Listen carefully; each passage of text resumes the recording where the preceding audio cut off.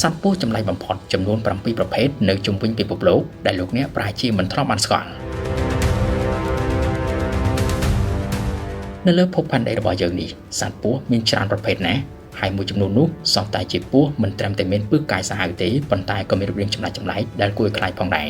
ជាបន្តទៅនេះសូមឲ្យលោកអ្នកទៅស្គាល់សត្វពស់ចម្លែកបំផុតចំនួន7ប្រភេទដែលមួយចំនួននោះក៏មានវត្តមាននៅក្នុងតំបន់អាស៊ីអាគ្នេយ៍យើងផងដែរសូមអញ្ជើញទស្សនាជាបន្តថាតើសត្វពស់ចម្លែកបំផុត7ប្រភេទនោះគឺជាសត្វពស់អ្វីខ្លះរស់នៅទីណាខ្លះហើយរូបរាងរបស់វាចម្លែកយ៉ាងម៉េចខ្លះទី1ពស់វែកកន្ទុយពីងពីងពស់វែកនេះមានលក្ខណៈចម្លែករាប់ចាប់តាំងពីចុងច្រមុះរហូតដល់ចុងកន្ទុយពស់នេះប្រើប្រាស់កន្ទុយរបស់វាដែលមានរូបរាងស្រដៀងគ្នាជាមួយនឹងសត្វពីងពីងដើម្បីបញ្ឆោតសត្វបក្សីឲ្យយល់ថានោះគឺជាចំណីបន្ទាប់មកវាក៏ចាប់សត្វបក្សីនោះធ្វើជាអាហារសត្វពស់នេះមានពឹសហើយចូលចិត្តរស់នៅតាមព្រៃភ្នំស្ថិតនៅភាគខាងលិចប្រទេសអារ៉ង់ជាប់ព្រំដែនជាមួយនឹងប្រទេសអ៊ីរ៉ាក់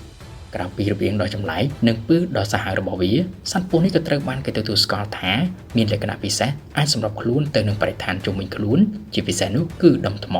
ដែលអាចឲ្យវាបន្លំខ្លួនចាប់សត្វដទៃធ្វើជាអាហារបានដោយងាយទី2ពស់ប្រម៉ោយដំរី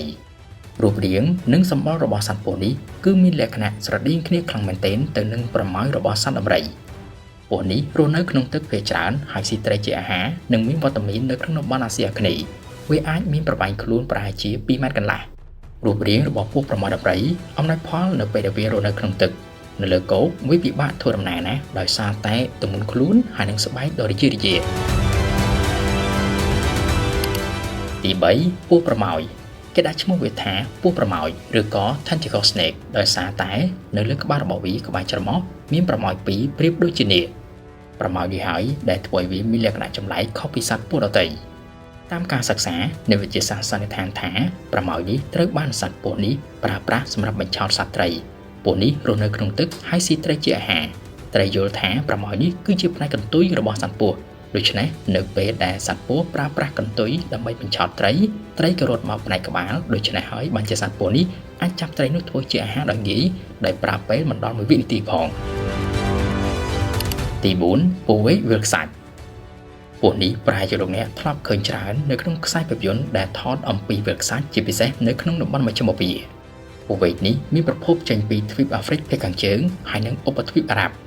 ពស់វែកនេះងាយស្រួលសម្គាល់ណាស់ដោយសារតែនៅលើក្បាលរបស់វាមានស្នែង2ប៉ុន្តែសម្បុររបស់វាវិញគឺមានពណ៌ប្រហាក់ជាមួយនឹងដីខ្សាច់ដែលធ្វើអ្នកធ្វើដំណើរនោះពិបាកសម្គាល់